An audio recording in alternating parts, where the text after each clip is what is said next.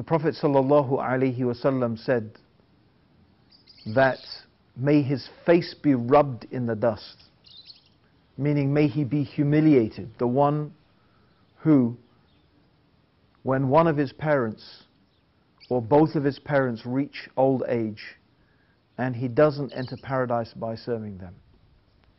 In another instant, a young man came to the Prophet ﷺ enthusiastic to join the fight, the battle that was about to ensue. And he said to the Prophet, he said that, I left my mother crying. And the Prophet said to him, go back and don't come back until you leave her laughing. In another instance, similarly, another young man came wanting to participate in the struggle with the Prophet and his companions against those gathered enemies and forces who were trying to wipe out the Muslims. And there he was, ready to defend his deen. And the Prophet ﷺ said to this young man, do you have a mother? He said, yes. He said, go back and serve her. That is better for you. So my dear brothers and sisters, reflecting upon these noble sayings of our blessed Prophet Muhammad ﷺ, I decided to stay here to spend some time with my mother after the recent death of my father. Now, the death of my father is something that I would like to share with you, and the remarkable story of how, alhamdulillah, just 10 days before he died, Allah subhanahu wa ta'ala blessed him to make the shahada, the testimony of faith, on his lips. In fact, not only once that happened 10 days before he died, but 3 or 4 days before he died, I spent half an hour with my father in the hospital, half an hour going over with him again and again and again the testimony of faith. There is no God, there is nothing worthy of worship except Allah, and that Muhammad sallallahu alayhi wasallam is his messenger. And there is a really great lesson in my father and his shahada for all of us, because calling the world back to Allah, of course, is all about da'wah. It's all about calling those people who are not yet Muslim to Islam. But our duty, brothers and sisters, as we do emphasize, is not to convert anyone. In fact, Allah did not ask us to make people Muslim. Allah told us to pass on the message.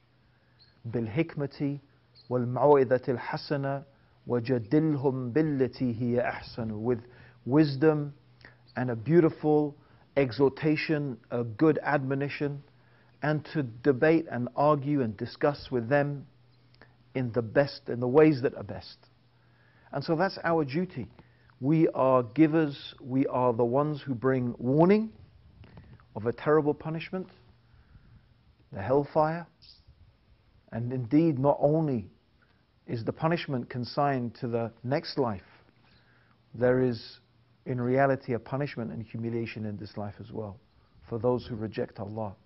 And our duty is to warn people about that reality.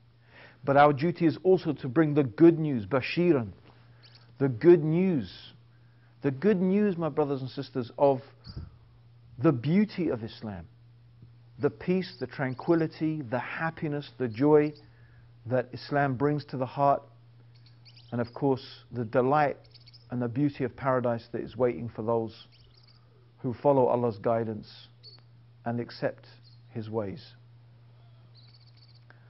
So our duty is to convey the message, to pass the message, to explain to the people in the best way that we can. Guidance is in the hands of Allah subhanahu wa ta'ala. Allah is the one who guides. He guides whom He wills, and He knows best who is worthy of guidance. I'll be honest with you, brothers and sisters. I really never thought that my father would take shahada. I mean, for me, my father was a fantastic man. I have to say, he as a father, he was amazing. Anyone who met him, he was a real outstanding personality, and no one could describe him as a bad person or a particularly saintly person. He was what he was. But in many ways, throughout the years, the 23 plus years that I've been Muslim, and throughout those years, I have done many, many things to invite my father to Islam. Subhanallah, when I first started practicing Islam, of course I talked to him. I wrote him letters. I wrote him long letters. I gave him books to read. Subhanallah, whatever I could do. And when I'd exhausted the realms of possibilities in terms of giving him materials and talking to him, I just decided that I should restrict myself to giving the best example that I possibly could of how Islam should be, of how Islam should be lived, of how Islam teaches me to respect him as a parent. And I always really, sometimes I have to say, thought that my father was really, to be honest, someone who I thought was very closed-minded to the possibilities of Islam. Actually, quite frankly, brothers and sisters, sometimes when I read the verses of the Quran describing the people, the disbelievers, I felt as if those verses were sometimes describing my father and his attitude. So, brothers and sisters, I didn't have much hope that he was going to become Muslim. Now, my father had been very ill for a couple of years, and there were quite a few times when me and my mum really thought that he wasn't going to make it. And as it happened, a few weeks ago, when I came from England, I arrived in the hospital and went to see my dad, and I really looked at him and I thought, you know what, it really looks as if he could die tonight. I mean, he was looking really rough. And I really thought to myself, you know what, if I don't say something, I'm never gonna forgive myself. I know that I've tried, I've given him dawah, I've given him books to read, I've tried everything, but I have to make this one last effort. And I had spent a long time thinking about what I could say, how I could say it, what was the right way to approach him. He was already very ill, so I didn't want to distress him. I didn't want to make him more upset. And of course, to be honest, I was also afraid that he might say no, he might reject my invitation, reject my offer.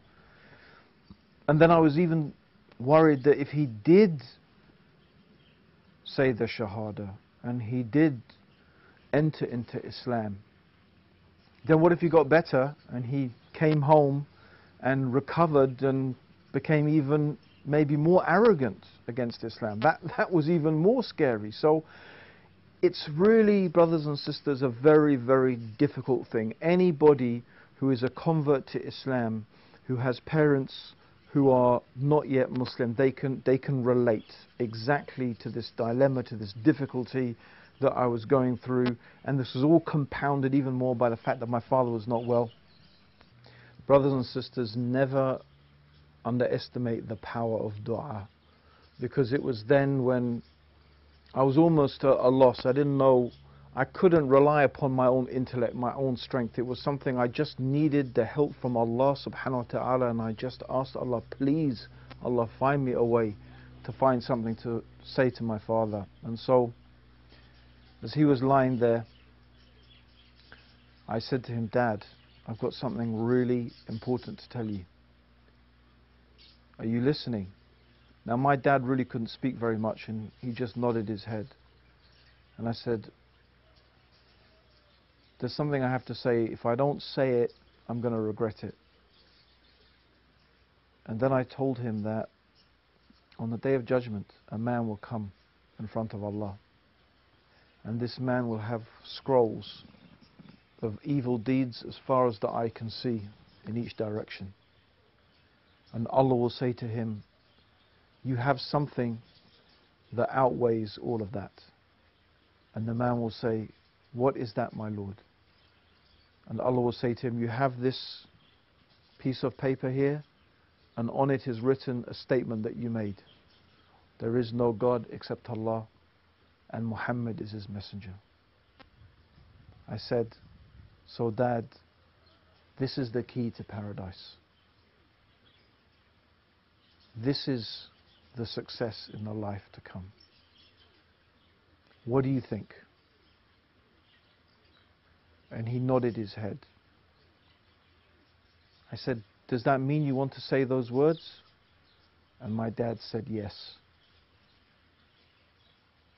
Together, he said with me the words, there is no God except Allah, Muhammad is his messenger. Ashhadu an la ilaha illallah wa ashhadu anna Muhammadan Rasulullah. Now, the truth is, brothers and sisters, I had to leave at that time because the hospital has quite strict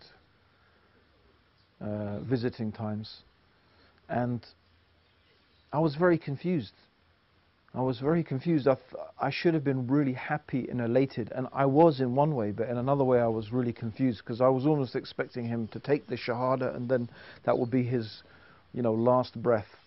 But subhanAllah, I left and I was thinking, what if he gets better and he comes home and he doesn't follow up with Islam? And so as it happened, well, that's it. I just left it at that. I didn't really tell anybody about it. I just sort of kept it to myself. I was really happy he'd said the Shahada. He seemed to be genuine. He seemed to be sincere. But, I visited him the next day and he didn't remember. And that's how he was. He would not really remember anything from one day to the next, or even really from 1 minute to the next. But, subhanAllah, that was not the end of it, because 3-4 days before he died, I was leaving Portugal to go back to England for the new Muslim retreat that IERA holds. Muslim Now, we hold a retreat for the new Muslims. And I was going there to give talks and lectures in that retreat, so I really had to get back to UK. And the last night I visited him, my father was very distressed, and he would sometimes lie there just saying, help, help me, help. And I said, Dad, what do you want me to do? There's not much I can do. There's the medicines here, the antibiotics, the doctors have done everything they can. What do you want me to do? He said, I don't know. He said, give me something to do. Now, I'm saying it. He couldn't really speak. It was actually very, very difficult to understand what my father said. But, I could make out what he was saying. He said, give me something to do. I said, like what? What do you want? He said, something easy. Give me something easy to do. SubhanAllah, brothers and sisters, when he said that, I remembered the hadith of the Prophet ﷺ, where the Prophet said, there is something that is light on the tongue and heavy on the scales. And it was as if he was asking me to give him something like that. So I said, Dad, if I was you, I would just keep on repeating over and over, there is no God except Allah, Muhammad is his messenger. And he said, yes, that's what I want to do. And we spent half an hour going over and over, there is no God except Allah and Muhammad is his messenger. At one time, he even said, stop, I want to do it myself. I want to remember it. Subhanallah. And the next day I left for UK. Then I heard that my father had passed away. Right now, brothers and sisters, I'd like us all to reflect deeply upon the lessons from the story of my father. And for me, the lesson that I have learned and that I would like to pass on to you is really about patience and perseverance. Many times, brothers and sisters, and even what we teach in IERA in our one-day Dawah training courses is often very much based upon the idea that we have a conversation with someone and we try to get them to take Shahada right there on the spot. And of course that's fantastic if we can do that, but sometimes the process is a long process. Sometimes it takes years and years. Sometimes you're facing someone who seems to be sometimes the very epitome of kufr, the very description of a disbeliever that you come across in the Quran. Yet, subhanallah, Allah can change the hearts. And often our job, brothers and sisters, is to plant the seeds. And it may seem right now to many of you that you live in a hostile environment, that you're surrounded by people, by a society that have a very negative perception of Islam, and it seems so hard to get the message of Islam across to them. But brothers and sisters, you need to have patience. You need to persevere. You need to realize and understand that honestly, if Allah can guide my father to Islam and he can die with the testimony of faith on his lips, it's possible for anybody to become Muslim. We should always have hope. We should always have that hope and that care and that concern for our fellow human beings, that they are guided to this beautiful, beautiful religion of Islam. And that's what IERA is here to help you do. To help you give dawah, to help you talk to people, engage with people, communicate to them, pass on this message of Islam.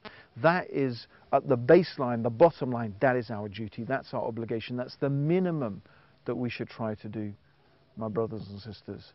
Remember Prophet Nuh alayhi salam, for 950 years he called his people to Islam.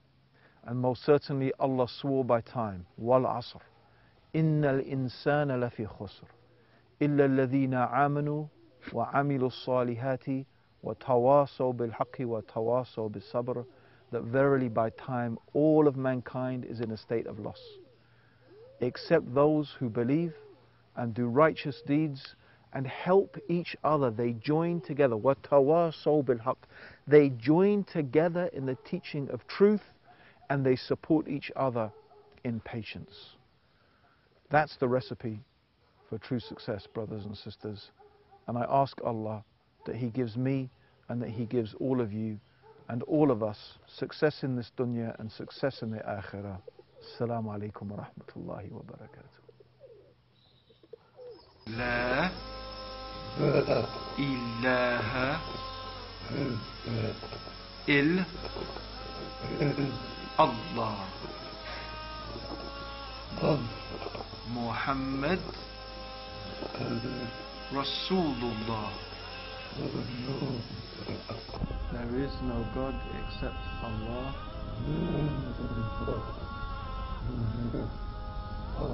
Muhammad is His messenger.